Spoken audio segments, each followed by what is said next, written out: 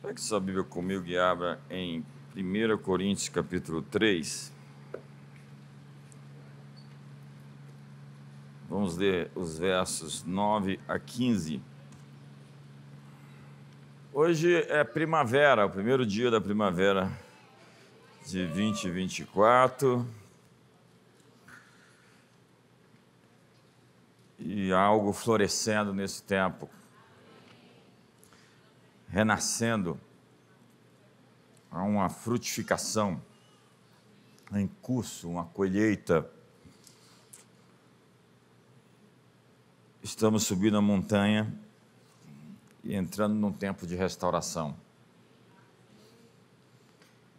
Porque de Deus somos cooperadores, lavoura de Deus, edifício de Deus sois vós. Lavoura de Deus, jardim de Deus, edifício de Deus sois vós. Segundo a graça de Deus que me foi dada, lancei o fundamento como prudente construtor, e outro edifica sobre ele. Porém, cada um veja como edifica.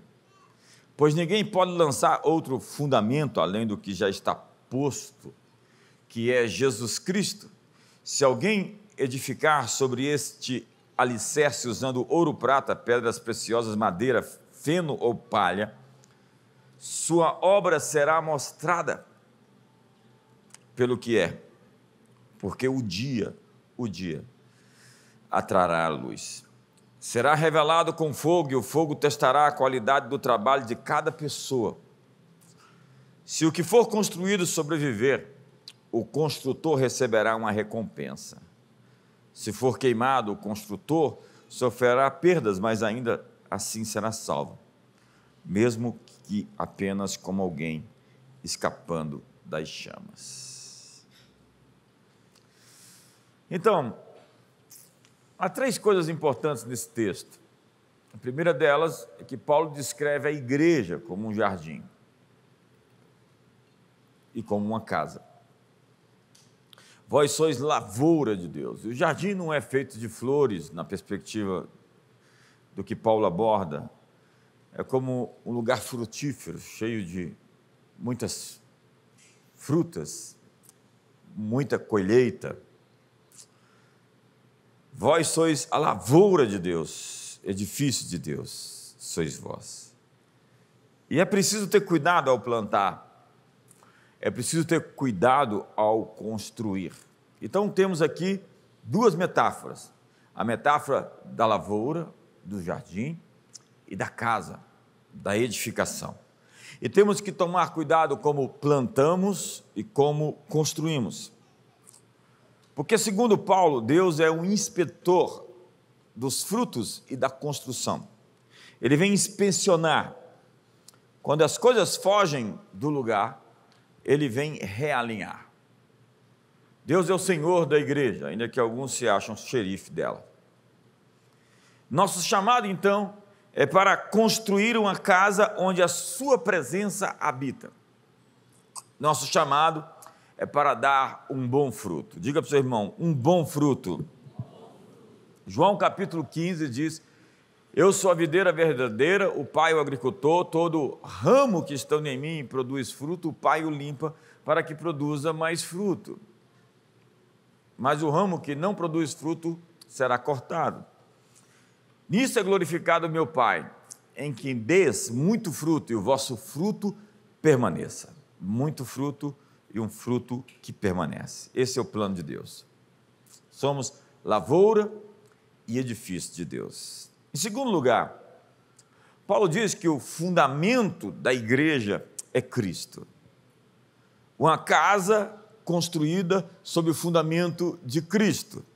Isso anula a perspectiva de Mateus capítulo 16, a partir do verso 13, que alguns querem dizer que a igreja está sob Pedro, né?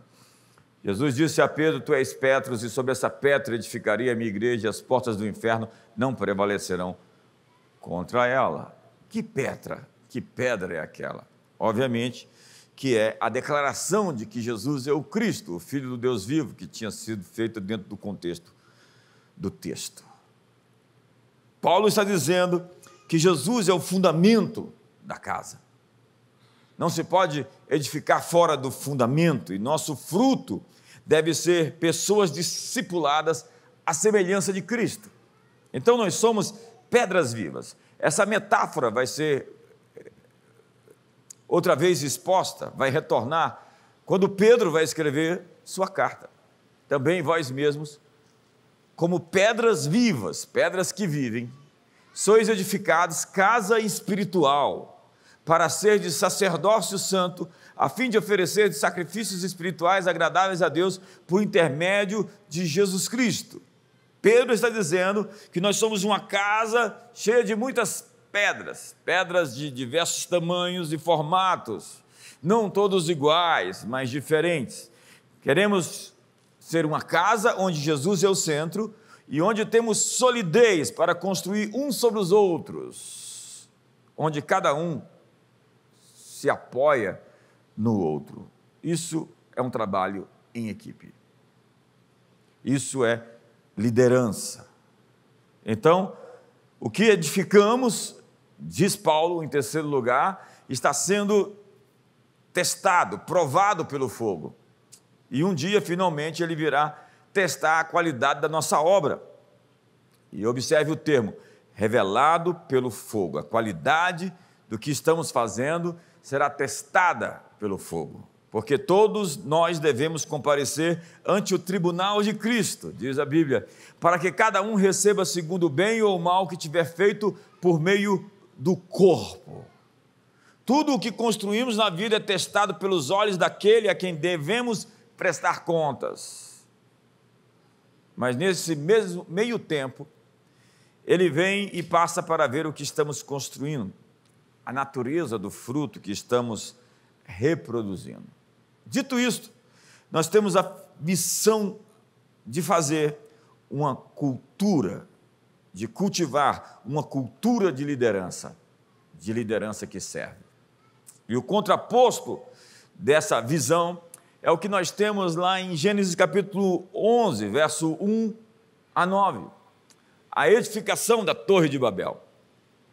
Se nós somos a casa de Deus, edifício de Deus, cheio de pedras irregulares, que se juntam e formam um edifício, a Torre de Babel, diferentemente, é uma casa distópica, de um coletivismo, de uma maneira demoníaca de se enquadrar as pessoas dentro de o mesmo formato, de uniformidade. Então diz a Bíblia que Deus desceu para ver como estava sendo edificada a cidade e a torre, que os filhos dos homens edificavam. E o Senhor disse, o povo é um. Veja que texto esse. Esse é um dos textos mais revolucionários de liderança na Bíblia. O povo é um. Eles estão fazendo tudo errado, mas eles são um. E eles têm a mesma língua. Eles têm a mesma conversa. Eles estão na mesma página. Eles estão em unidade. E por isso, isso é apenas o começo. Agora, não haverá restrição para tudo o que intentam fazer. Veja que declaração é essa divina, em que o povo está fazendo tudo errado, mas eles têm uma mesma visão, e não tem limites para aquilo que eles possam construir. O que Deus faz? Deus vem conferir a obra, desce e os confunde. Deus diz, eu tenho que parar isso. Deus quer parar algumas coisas no Brasil. Quantos entendem isso em nome de Jesus? Onde os homens se ajuntaram. A Torre de Babel é uma arquitetura falsificada do humanismo, onde o eu está no centro. Jesus não é o fundamento, mas o ego, um projeto político, um projeto de poder, uma ideologia marxista, neo-marxista. Então nós temos que nos certificar que o que nós estamos fazendo tem Jesus no centro, porque tijolos iguais eram ligados por betume, conformados a uma estrutura única, numa unidade falsificada. Eu vou repetir, uma unidade falsificada, uniformizada, onde nós abrimos mão da nossa individualidade, da nossa singularidade, e o final disso foi confusão, línguas divididas, foi guerra. Eles não conseguiram mais se entender, Eles não vão conseguir mais se entender. Os reis conspiram contra o Senhor e o seu ungido, e eles não vão se entender. Vai ter confusão no arraial do inimigo. E Babel, de portal dos deuses, como assim era verificada, traduzida, se tornou confusão. E a minha oração é para que Deus traga confusão hoje. Essa semana, no final desse ano, Deus vai plantar confusão no meio do arraial. Aqueles que estão construindo sobre o fundamento errado vão ver demolir suas edificações nesses próximos dias.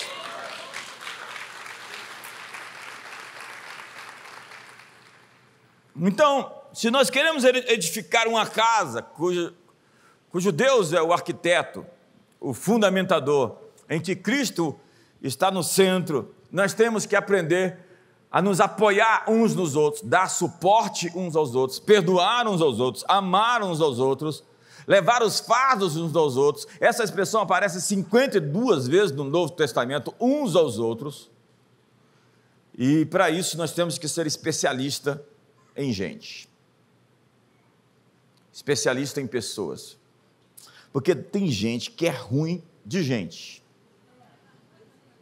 Não sabe conversar, não sabe se relacionar, não sabe se conectar, faz tudo errado. Nós temos que aprender sobre relacionamentos. Se nós somos líderes, nós temos que entender que liderança são pessoas, liderança são relacionamentos. Como disse o John Maxwell no seu incrível livro, Vencendo com as Pessoas.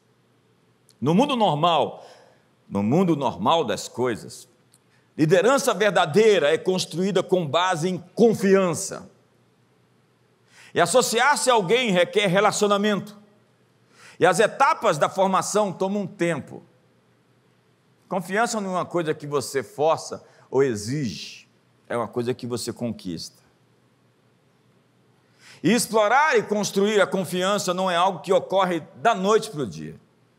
Liderança verdadeira precisa de um coordenador, de um facilitador, alguém que apita quando tiver falta, um juiz, um líder que decide. Liderança verdadeira se desenvolve com o objetivo de alcançar uma visão ou uma tarefa. Veja que a tarefa de Babel, a visão deles, era construir uma torre.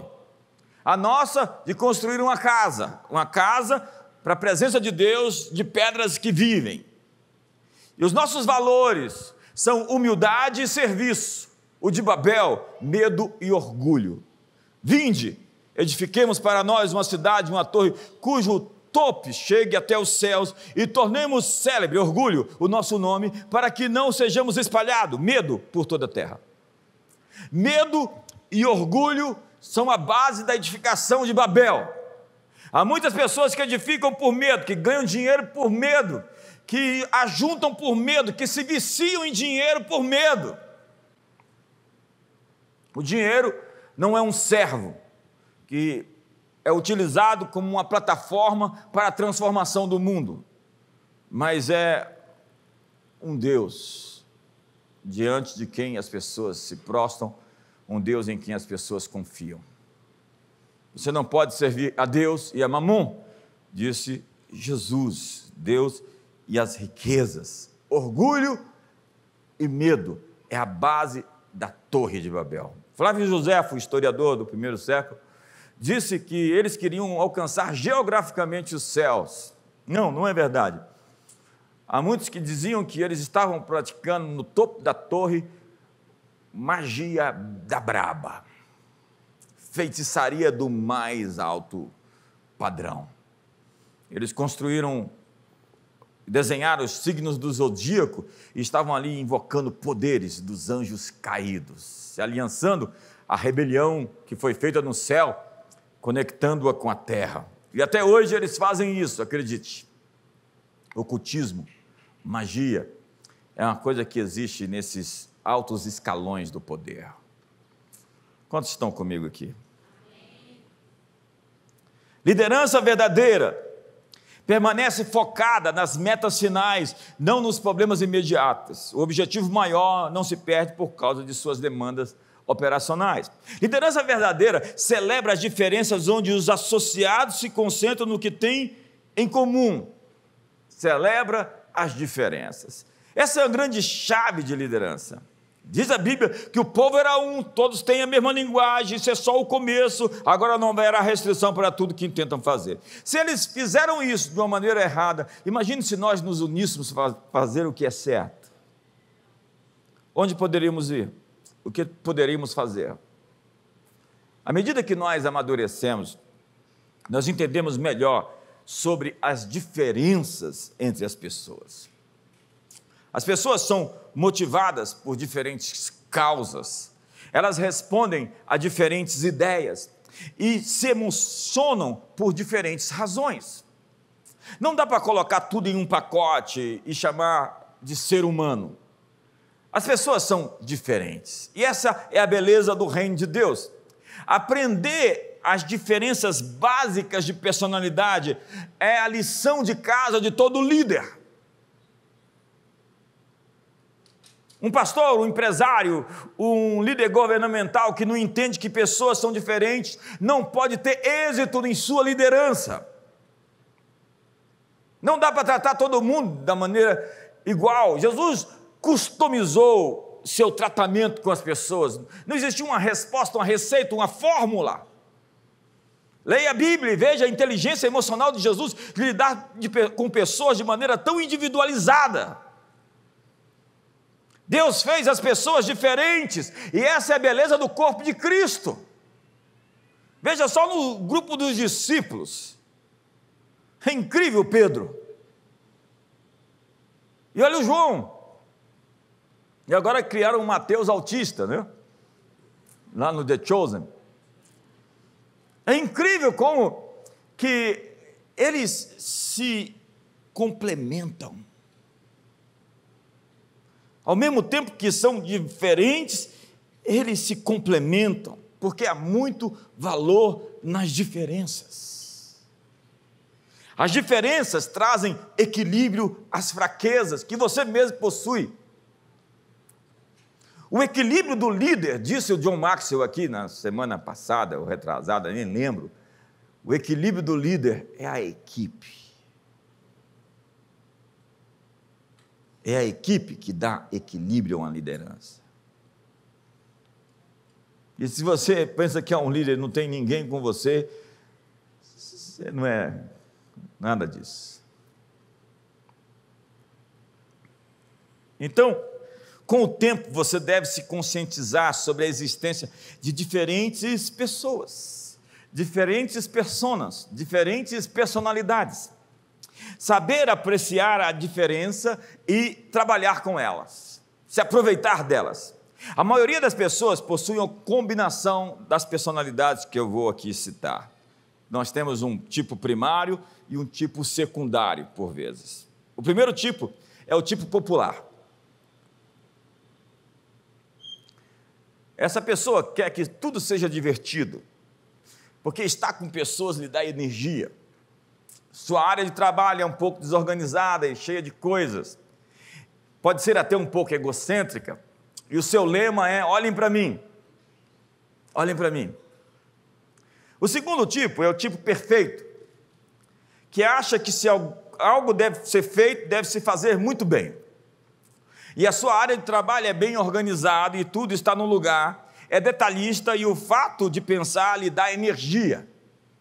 Frequentemente é temperamental e pode ser um artista. Eu trabalho com artistas há mais de 30 anos, os músicos. Na vida a gente dividiu a humanidade entre os normais e os músicos. Os artistas. O artista tem um comprimento de onda diferente. Você tem que ter uma habilidade extra para poder se comunicar com eles. E o lema deles é: por favor, me entenda. Eu preciso ser compreendido. Terceiro tipo é o poderoso. Ele quer estar no comando, é forte, e para ele estabelecer metas lhe dá energia. Sua área de trabalho reflete mais funções do que formas. Quer resultados e quer as coisas feitas da sua maneira. Você conhece alguém assim? Ele pode ser exigente e muitas vezes impaciente. E o seu lema é: faça como eu quero e faça agora.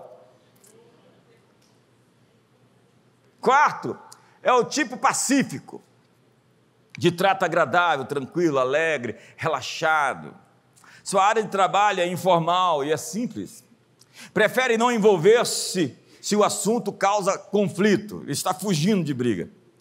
Pode não cumprir seus compromissos e não chegar às metas porque ele não tem pressa. E o seu lema é: que diferença faz? Então, como administrar essa gente toda? Para o tipo popular, dê atenção e aprovação. Para o tipo perfeito, reconheça a sua necessidade emocional de ordem e de sensibilidade. O poderoso precisa saber que você o aprecia e celebra o seu trabalho. Essa validação para ele é importante.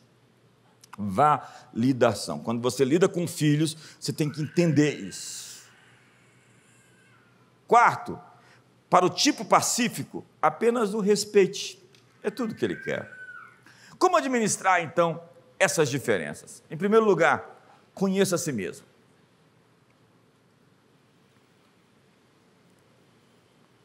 Foi o Sun Tzu que disse: se você conhece seu inimigo, você tem metade da guerra vencida. Você tem que saber quem você é, qual é a sua força e a sua fraqueza. Você deve entender e liderar a si mesmo antes de liderar qualquer outra pessoa.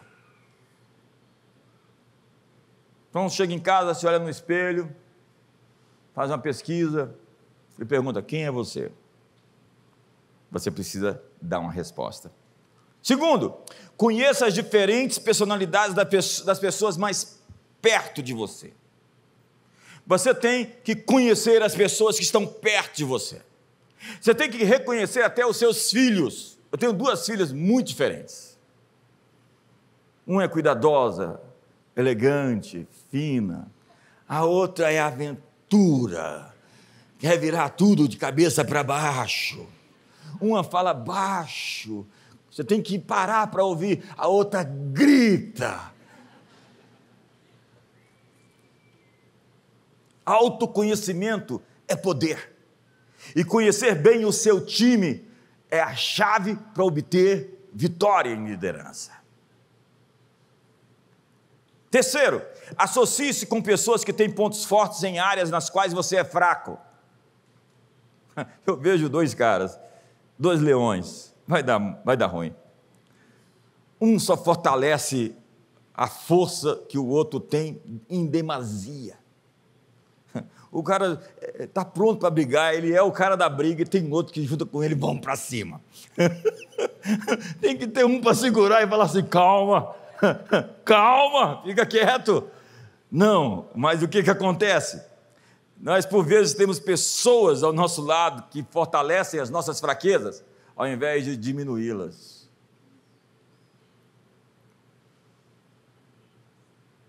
Eu estou deixando você pensar.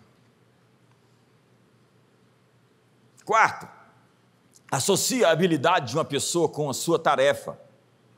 Forme equipes com pontos fortes complementares.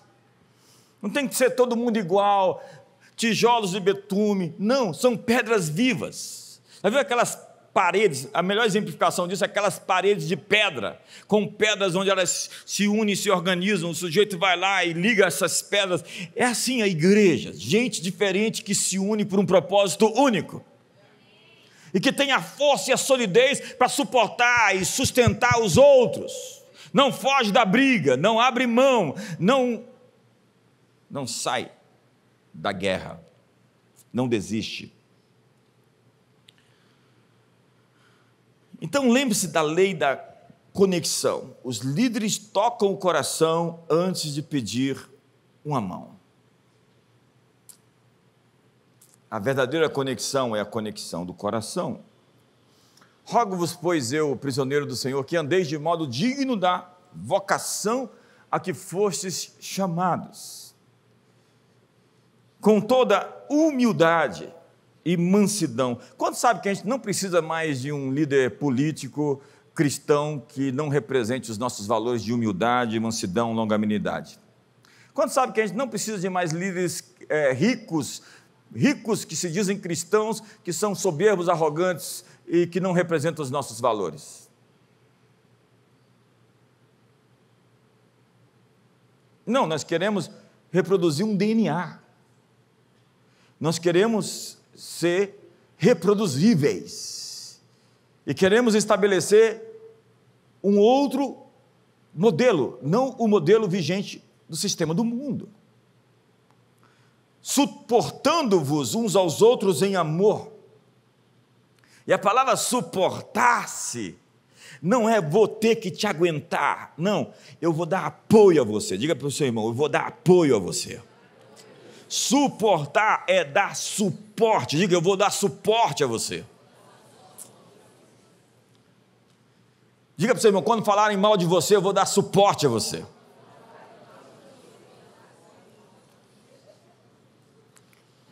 Quando te atacarem, eu vou dar suporte a você.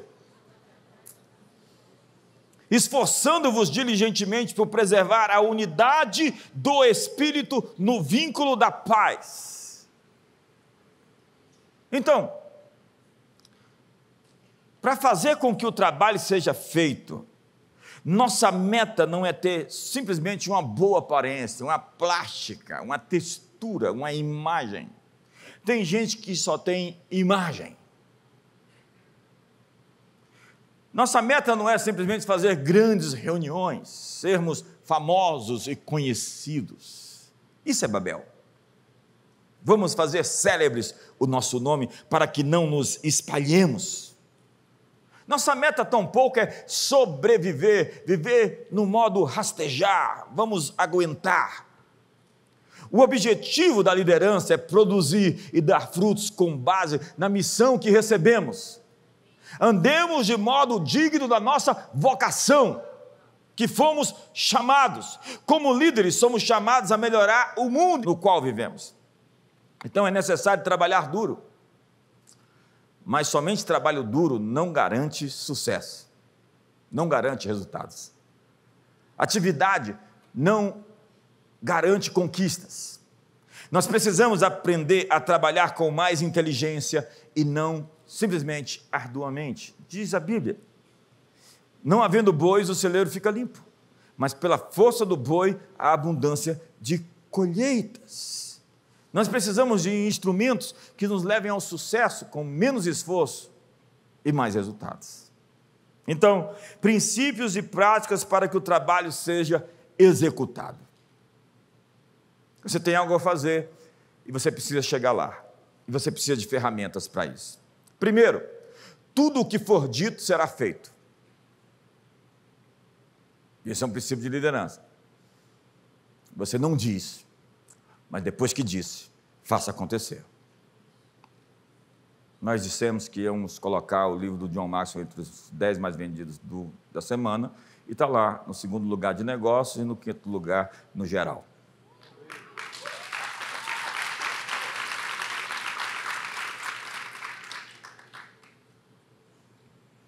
Líderes excelentes criam um ambiente através das palavras. Não subestime o poder das palavras para criar sentimentos, emoções e atitudes que movem as pessoas a entrarem em ação. As empresas que obtêm sucesso para que as pessoas comprem seus produtos têm uma mensagem que todos conhecem. Mas é preciso ajudar as pessoas a se lembrar do que dizemos. E como nós fazemos isso? Primeiro, relacionamentos de tempo real. Quem disse? É tão importante em comunicação isso. E a palavra comunicação vem do latim que quer dizer mesmo lugar. Ou seja, nos comunicamos quando estamos na mesma página, na mesma frequência, com o mesmo espírito. E às vezes os casais não se entendem porque eles não estão na mesma página, no mesmo espírito. Estão tentando provar que estão certos. Tem gente que quer ganhar uma discussão. Tudo que ele quer é lacrar, é vencer. E no final de tudo ele perde a coisa mais importante, que é o coração da pessoa. Tem gente que quer ganhar discussão a todo custo, e às vezes ao custo do amigo. Tudo que quer é provar que está certo. É uma questão de ego, é uma questão de orgulho. Algumas coisas no Brasil viraram uma questão de ego. Quem não reproduz a visão não pode se reproduzir. As pessoas não podem simplesmente fazer vista grossa para aqueles líderes que desengajam. Essa gente tem que ser levada a sério. Quem não ajunta, espalha. Quem não é por, é contra. Se nós somos uma organização que quer construir algo, nós temos que dar as mãos uns aos outros e prestar atenção naqueles que não se juntaram e estão dividindo nossos esforços. Quantos estão comigo aqui hoje? Se somos uma estrutura saudável, a mentira não vai prosperar em nosso meio. O Salmo número 1 diz que o ímpio não vai permanecer na congregação dos justos. Se nós somos uma congregação dos justos, quem quer viver no erro, na mentira, na dissimulação, não vai poder ficar.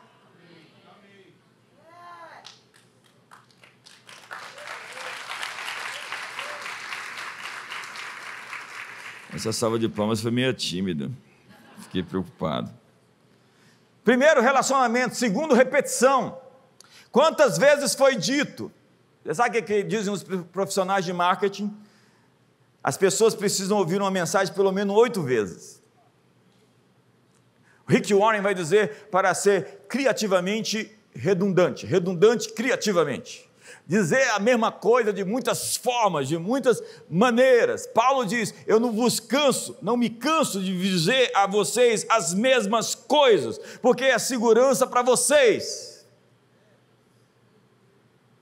Terceiro, relevância, é aplicável, é importante. As pessoas escutam as mensagens que se relacionam diretamente com elas. Quarto, reação, estou praticando o que foi dito. As pessoas se lembram de 10% de tudo que ouvem e de 70% do que vem exemplificado, principalmente na sua vida. Liderança é exemplo. Então, segundo princípio para que o trabalho seja executado, tudo que for treinado será feito. As pessoas precisam ser capacitadas para executar determinadas tarefas. Há pessoas não treinadas para ocupar cargos de liderança. Há pessoas não treinadas para ficar na porta da igreja. Há pessoas não treinadas para pregar, para liderar. Há pessoas não treinadas para ensinar. Há cônjuges não treinados para ser marido e mulher. Eles entram no casamento, eles não foram minimamente educados para entender o que eles fizeram quando casaram. Porque o playboy quer viver como solteiro depois de casado. É um retardado.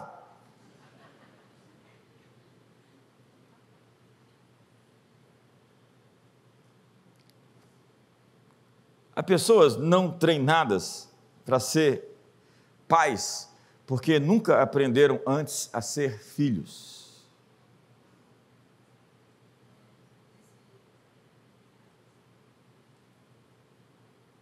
E tudo o que for treinado será feito.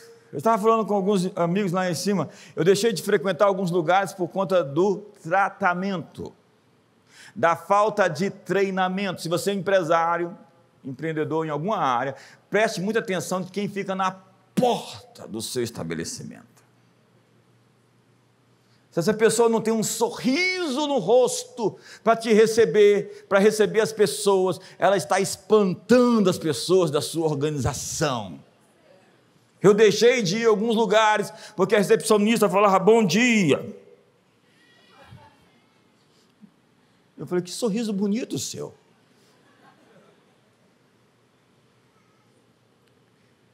Na verdade, tem alguns lugares que eu frequento em Brasília há décadas, porque as pessoas que estão lá foram treinadas para estar.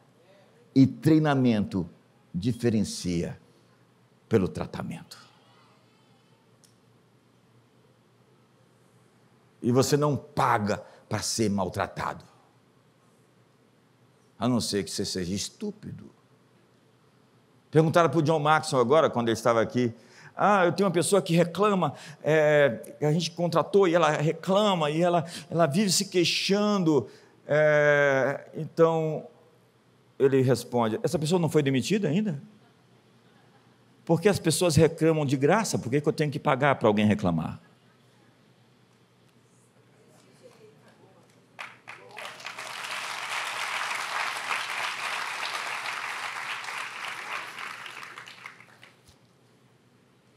As pessoas falham em ter um desempenho eficaz porque não sabem o que devem fazer, não sabem como fazê-lo e não sabem por que devem fazê-lo. E as três afirmações envolvem treinamento. Precisamos de alguém que já executou a tarefa e sabe o que, como e porquê da tarefa.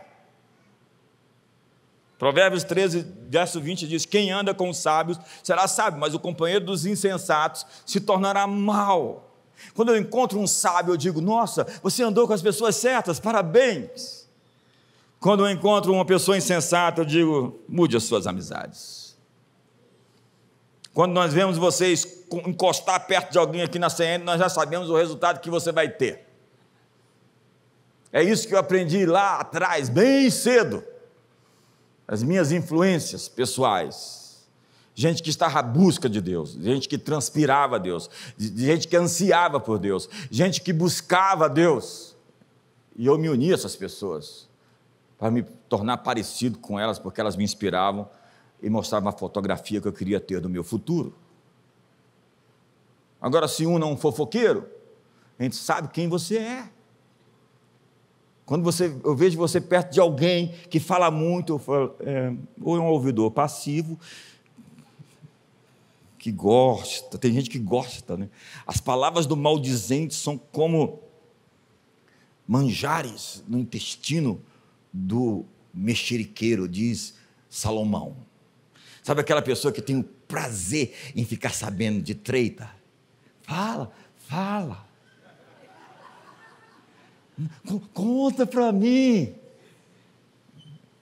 Sem dizer que isso é uma doença. Às vezes eu falo: nem quero nem saber, não me informe, não me interessa, não me edifica. Terceiro, tudo que for planejado será feito. Henry Longfellow escreveu: nós nos julgamos pelo que sentimos que somos capazes de fazer, os outros nos julgam pelo que fizemos. É o seu background, é a sua ficha corrida de serviços prestados. Na linguagem de Aristóteles, o ethos, a habitação do homem, o que você fez, que eu possa aprender com você. Por que eu tenho que te ouvir? Quais são as suas realizações? Aí chega o tio fracassado no churrasco da família e tem todas as chaves para mudar o mundo, mas não conseguiu mudar nem a vida dele pessoal.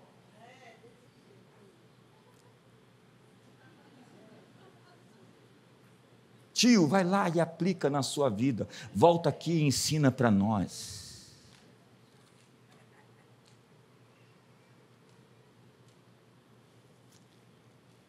Cada dia da sua vida adulta, Benjamin Franklin dedicou seu tempo a examinar duas perguntas. A pergunta de todas as manhãs era: que bem farei hoje? A pergunta de todas as noites era: que bem fiz hoje? Quarto, tudo que for confrontado será feito. Eu gosto do que diz Eugênio Heckbecker: quando sou tentado a não agir em uma situação difícil que envolve as pessoas, eu me pergunto: estou me contendo devido ao meu comodismo pessoal ou pelo bem da organização? Se estou fazendo o que é para mim mais cômodo, estou violando a confiança que foi depositada em mim. Estou sendo infiel, então, estou falhando. Se ao fazer o que é bom para a organização percebo que isso também é cômodo para mim, será maravilhoso. Entretanto, se estou tratando a irresponsabilidade irresponsavelmente, vou repetir isso, se estou tratando a irresponsabilidade irresponsavelmente, devo lembrar que 2 erros não fazem um acerto.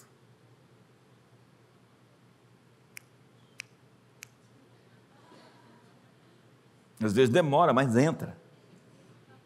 É por isso que a gente repete até que entra. Mas às vezes não. Tem 3 tipos de pessoas: as pessoas que aprendem com seus erros, as pessoas que aprendem com os erros dos outros e as que nunca aprendem.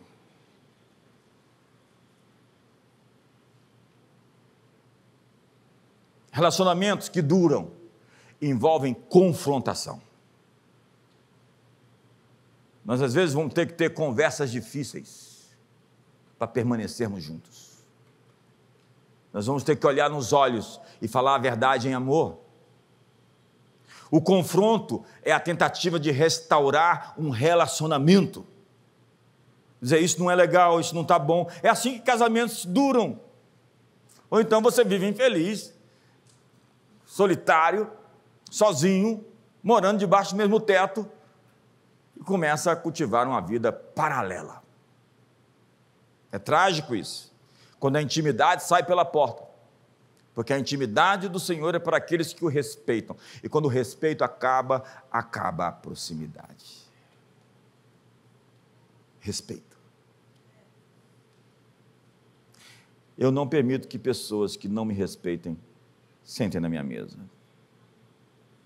E aquelas que não guardaram respeito em determinadas situações, vão ter que fazer um caminho para poder de volta estar no meu ambiente íntimo. Mas tem gente que é deselegante, chuta o pau da barraca, chuta o balde, como rasteiramente dizem, e depois volta com a cara lavada como se nada tivesse acontecido. Ei, eu me respeito, portanto, me respeite.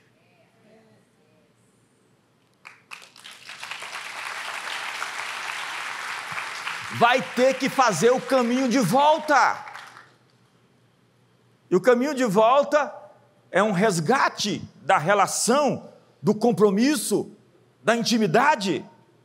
Então nós temos uma lista de verificação para o confronto. Primeiro, confrontei o mais rápido possível. Se você deixar curtir isso, isso vai virar um monstro. Segundo, separei a pessoa da sua ação errada. A pessoa não é o erro, confronte o seu erro. Terceiro, confrontei somente o que a pessoa pode mudar. Quarto, dei-lhe o benefício da dúvida, fui honesto com ela, fui sensível, fui específico, evitei ser sarcástico. Essa é uma grande arma que não funciona. Essa ironia, essa maneira não responsável de conversar, que apela para um humor ruim. Hoje tem que ser politicamente correto até para falar as coisas. Permitir que soubessem como me senti pelo que fizeram de ruim é muito poderoso. Ao invés de dizer, você fez isso, de dizer, eu me sinto ou me senti desse jeito quando você fez isso. Você não está atacando a pessoa, mas está dizendo, é assim que eu me sinto. Quantos estão comigo aqui hoje, por favor? E o problema? Ofereci um plano para remediar. Pude afirmar essa pessoa como amigo ou como próximo. Quinto, tudo que for recompensado será feito. John Maxwell diz que se você recompensa todo mundo da mesma forma, ainda com resultados diferentes, você vai ter resultados baixos, nivelados por baixo. As pessoas que fazem as coisas boas devem ser recompensadas. E ele diz mais, se você só critica quando dá errado e confronta, e não elogia quando dá certo, sua liderança é fraca.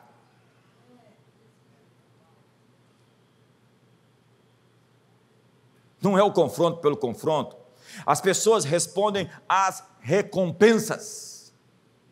E isso não é somente pavloviano, comportamental, behaviorista.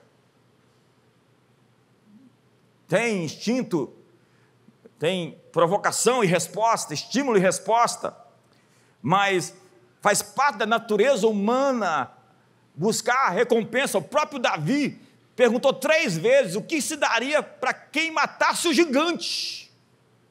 Aí ele estava cheio de zelo, estava indignado porque o gigante estava ofendendo o exército de Deus e Deus, mas ele foi lá perguntar quanto que ia ganhar se matasse o gigante.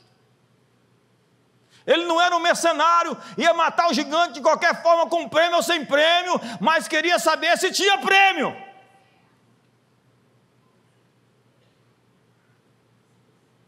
E todas as suas vitórias têm um prêmio. Na verdade, diz Caleb e Josué, os seus gigantes é o seu almoço.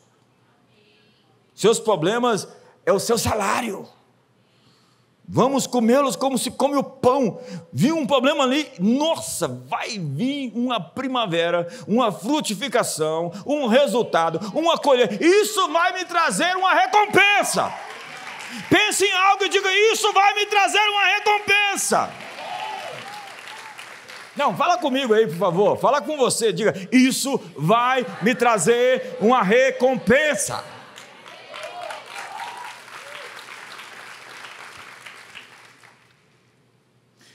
Então, todos nós gostamos de ver resultados, e parte dos resultados é reafirmar aqueles que têm trabalhado ao nosso lado,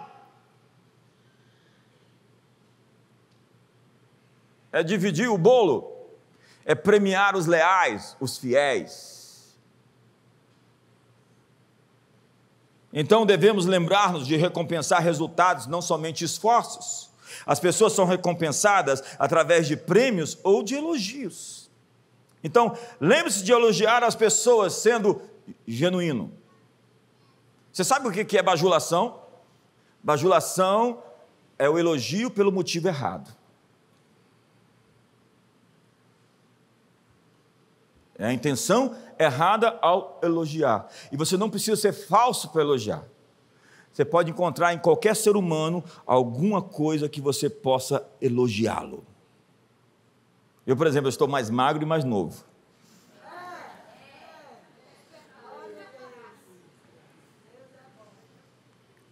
É a arte de fazer amigos e influenciar pessoas, do Dale Carnegie. Esse livro base as relações interpessoais. Segundo, busque oportunidades. Terceiro, faça isso em particular, elogie no particular. Quarto, faça isso em público, elogie em público. Quinto, seja específico. E eu vou terminar.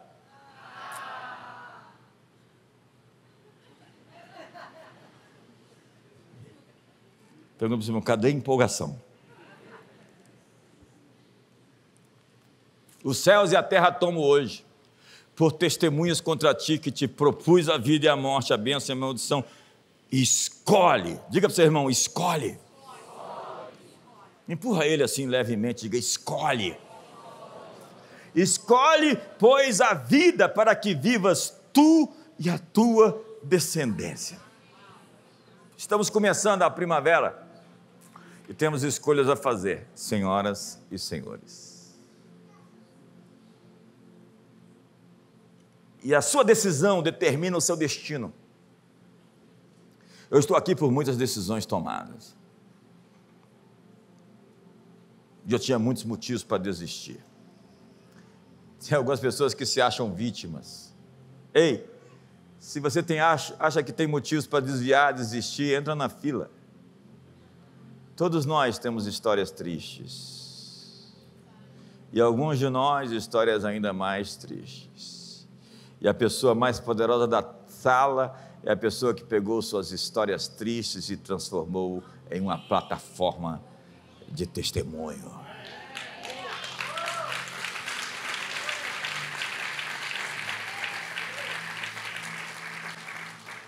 Uma liderança eficaz exige sábias decisões. Ore comigo, diga: Deus, eu quero ter sábias decisões nessa estação. Não, se você não falar isso, você não está me levando a sério, não está levando Deus a sério. Diga: Deus, eu quero ter sábias decisões nessa primavera. A primavera vai terminar dia 21 de dezembro, então volta 21 de dezembro, olha para trás, veja as decisões que você tomou e a colheita que você obteve, porque eu quero profetizar na sua vida que existe um tempo de frutificação, renovação, renascimento, restauração na sua vida. Agora, nesse final de ano, vai ser incrível, uma estação de frutos, uma estação de renascimento, uma primavera de Deus, jardim de Deus, edifício de Deus. Me ajuda aí, faz alguma coisa aí, dá um grito de júbilo.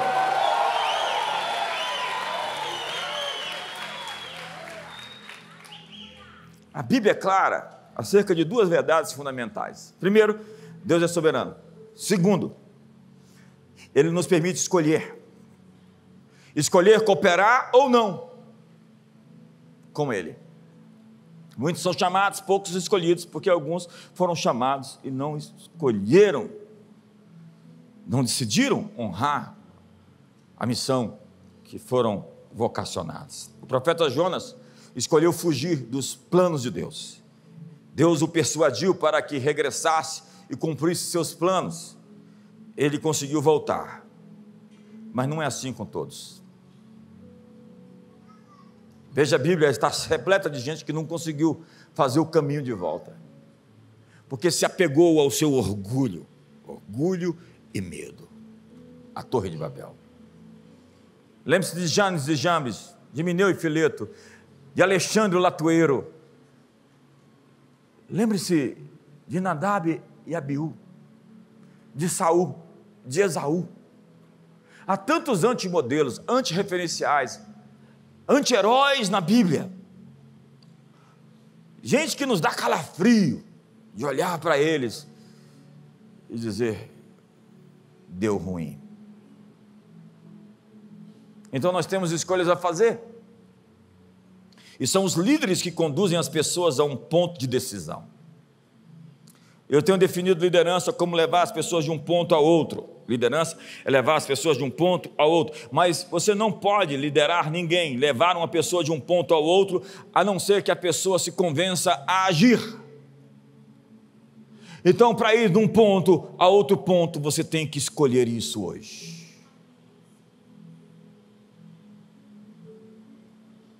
Olha para a pessoa do seu lado e diga: vocês têm escolhas para tomar essa manhã. Escolhas para fazer. E há encruzilhadas que não dá mais para adiar seu posicionamento. Em algumas áreas nós temos escolha, em outras áreas não, nós não temos. É como disse Dwight Moody no incêndio. Ele tinha pregado num culto como esse, e naquela noite teve um grande incêndio, milhares de pessoas morreram, e ele não tinha feito o apelo, e ele disse: milhares de pessoas morreram sem Jesus, porque elas não tiveram a oportunidade de se converter a Ele.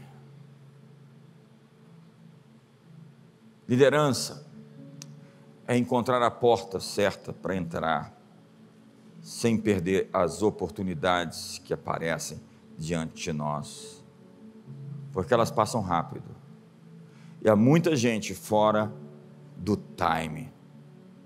Eu tenho visto gente atrasada, fora do ritmo. Lembra de Geazi? Ele antecipou as suas recompensas, que na verdade não era a sua recompensa. Ele foi atrás de um prêmio que não era seu, que foi da cura da lepra de Naamã, que se pegou a ele quando ele pegou o talento, a riqueza, como resposta. E ele ficou como um contador de histórias, ao invés de ser um fazedor de histórias. Ele estava falando dos testemunhos dos outros, enquanto não tinha testemunhos pessoais. Ele era a sucessão profética. Depois de Elias, Eliseu, ia vir Geazi. Mas ele se perdeu no tempo e no espaço. Há pessoas perdidas no tempo. E a dívida é prova de ansiedade.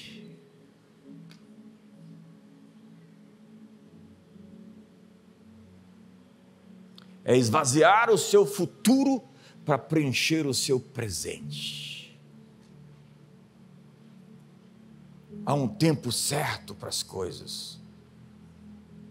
E sexo fora do casamento lhe custa muito caro.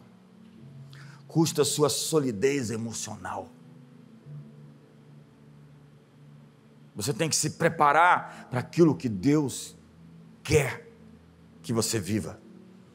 E esse tempo solteiro, solteira, é o seu tempo de preparação, de organização mental, emocional, financeira, profissional. Gaste esse tempo para ficar pronto para um casamento.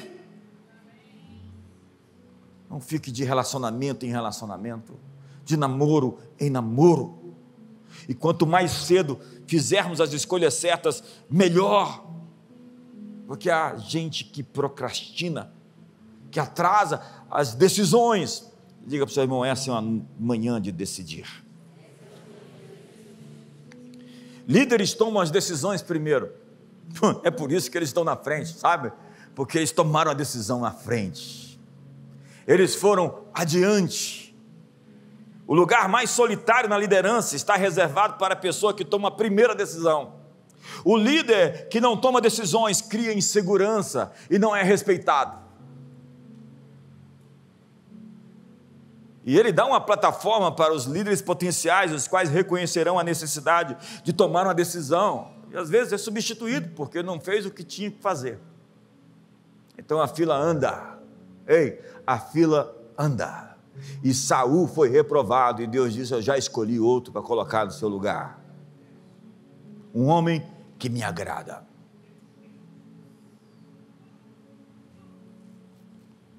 A decisão de um líder influencia outros. Lembra de Levi? Levi foi amaldiçoado pelo seu pai. Ele e Simeão, no episódio de Diná, de Gênesis 34, entraram no arraial dos heveus e passaram ao fio da espada todos aqueles que estavam sendo circuncidados, porque a irmã deles foi violentada sexualmente, e o sujeito levou ela para a tenda dele, olha só como é que era a época, e depois foi pedi-la em casamento para o pai, estuprou a menina, levou para a tenda dele, e foi lá com o pai, falar, eu quero a mão da menina, o pai fez uma aliança, e eles tinham intuitos, segredos por detrás daquilo que eles queriam, e Simeão e Levi falou, não vai ficar desse jeito. Foram lá e se vingaram, mataram todo mundo. E Jacó ficou muito bravo e disse que Simeão seja espalhado, disperso, e Levi, porque me causaram muito assombro e espanto. Jacó ficou com muito medo, pensando que os povos da terra os achariam como predadores. Mas Deus espalhou o terror dele contra os seus inimigos e eles foram poupados. Na história, Simeão desapareceu como tribo, mas Levi não. Por quê?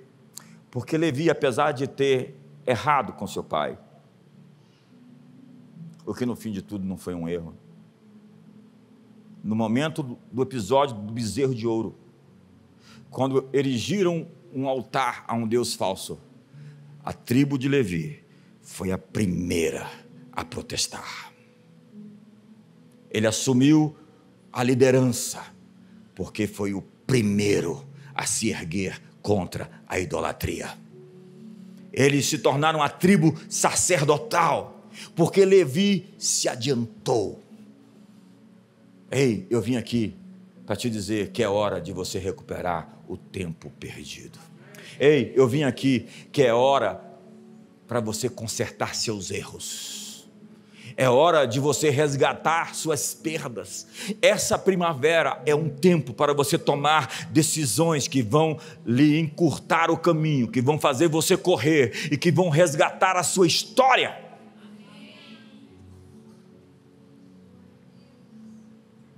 Eu acho que está bom por hoje. Eu acho que você está com fome. Tomar boas decisões faz parte do contexto de ser um bom líder. O livro de Provérbios nos diz que a sabedoria clama nas ruas. A sabedoria clama nas ruas, mas poucas escutam. Estão tão presos em entretenimentos. Entreter é tomar sua atenção. E a maior dificuldade ao tomar decisões não está em saber qual é a decisão correta, mas sim em realizá-la. Porque às vezes nós sabemos o que temos que fazer e nós não fazemos, porque nós não temos coragem, hombridade. E se você não acabar com esse caso vai acabar com você, fica sabendo. E se você não renunciar aos seus apetites e ficar aí engordando, sua filha vai casar e outro vai levar ela no altar no seu lugar.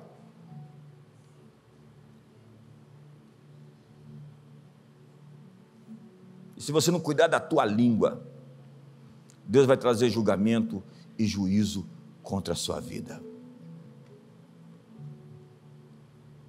Diga ao seu irmão com um sorriso: temos decisões a fazer.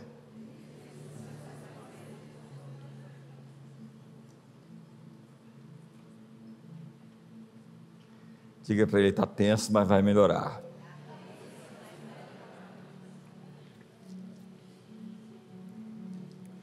Lembre-se dessas importantes verdades.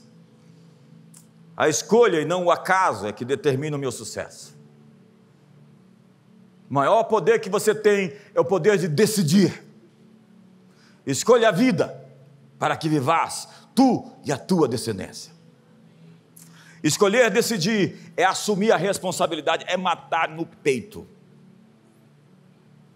Eu acho que foi o Romário na Copa de 94. Ele matou no peito e falou: a Copa é nossa, eu vou levar, pode deixar comigo. Foi lá e trouxe a taça. Foi isso? É isso mesmo? Mas juntou ele, o sábio, o Edmundo, 3 ególatras num time. O que deu? Deu nada. Um time não é feito pelos melhores jogadores, é feito pelos jogadores certos. E a força deles era a mesma fraqueza deles. Juntou 3 fracos na mesma fraqueza. Não era uma equipe. Cada um deles era um time. Eu tenho que terminar, fica de pé. Por que nós estamos falando de futebol? A indecisão é a marca de uma mente passiva. Ninguém respeita um líder que não se decide. Você quer ficar com essa menina e não quer decidir dar o seu nome para ela. Moça, se ele não se decide, decide você. Some com ele da tua vida. Porque senão você vai olhar para trás e falar: quanto tempo eu gastei nesse relacionamento, olha o tanto de tempo que eu perdi. Quantos aqui tem tempos de relacionamento que você gastou que você se arrepende? Não levanta a mão.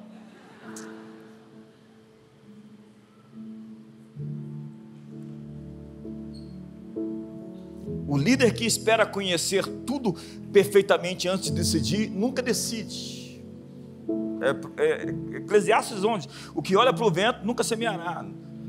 O que olha para as nuvens nunca cegará. As decisões dão energia, visão interna, compromisso e apoio. Grandes pessoas são pessoas comuns que tomaram decisões incomuns. Leva isso para casa hoje. Pessoas comuns que tomaram decisões incomuns se destacam. Ei, Levi, é hora de você dar um passo à frente e resgatar os seus erros. Ei, Levi, é hora de você protestar contra a idolatria, contra a mentira. É hora de você sair da roda dos escarnecedores, do lugar da desonra. O sucesso não é para os poucos escolhidos, mas para os poucos que decidem. Abraça o irmão do seu lado. É meio-dia, eu tenho 5, 10 minutos de ministração. Abraça o irmão do seu lado. Feche seus olhos hoje. Qual é a decisão que você vai tomar? Qual é a escolha que você vai fazer? Quais são os planos que você vai realizar? Somos jardim de Deus. E é um tempo de florescer, renovar, restaurar. É o tempo de colocar Jesus no centro da sua existência. Jesus não pode ser uma coisa marginal. A igreja não pode ser um detalhe na sua vida. A sua relação com Deus não pode ser simplesmente superficial. É hora de você ser sólido para ser parte de algo sólido, para que outros possam construir sobre você, dando suporte aos outros, que significa dar apoio um ao outro. É hora de se levantar por causas nobres. É hora de erguer a reputação das pessoas. É hora de sair da crítica. É hora de sair da desonra. É hora de sair do ódio, da amargura.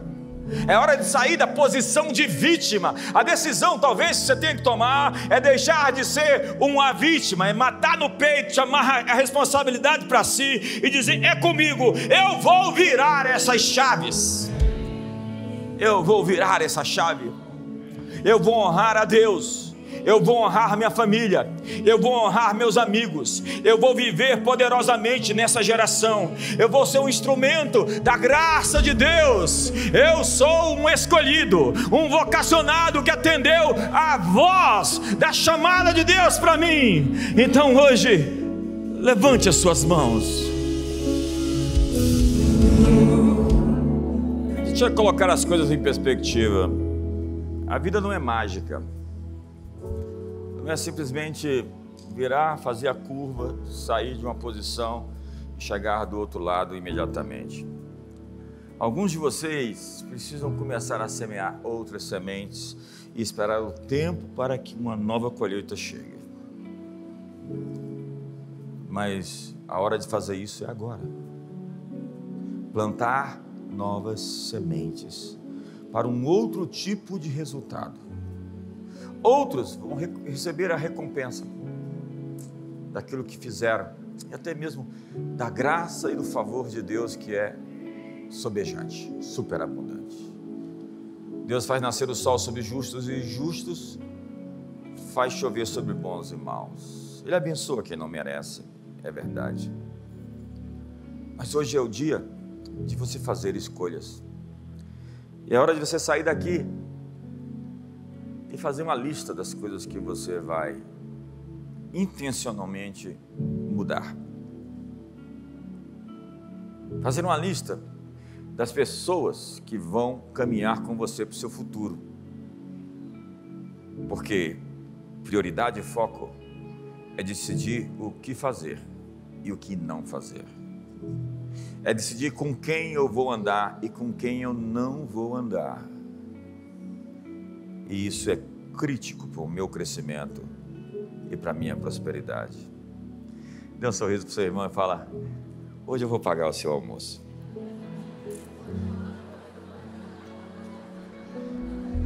Que o amor de Deus, a graça de Jesus, a comunhão do Espírito Santo seja sobre a sua vida. Um ótimo dia para todos. Feliz primavera!